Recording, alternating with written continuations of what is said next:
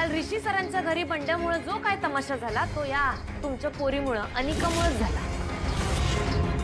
बंड्या एकटा असताना हिनं गोड गोड त्याच्या संग गुळमाट बोलून त्याच्या ज्यूस मध्ये दारू मिसळली आणि पाजली त्याला।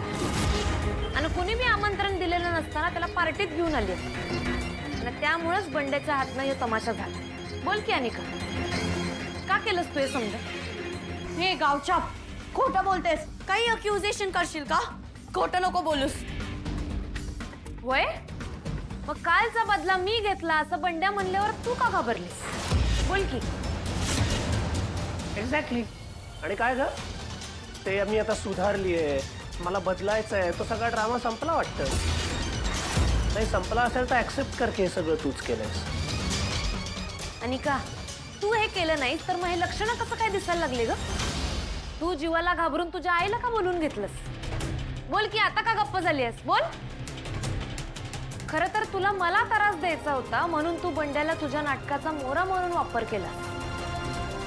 तुझ्या या नाटकामुळे त्याला किती त्रास झाला, त्याला किती ऐकायला लागलं, त्याची किती इज्जत गेली हे कळलं नाही तुला? त्याला किती मनस्ताप झाला असेल ह्याचा जरा तरी विचार करायचा होतास? स्वतःच्या स्वार्थापायी दुसऱ्याच्या आयुष्याची वाट लावायला लाज कशी वाटत नाही ग तुला? तू जो काल प्रकार केलायस की नाही तो किती भयानक आहे हे तुला कळायला पाहिजे म्हणून आम्ही यो प्लॅन केला।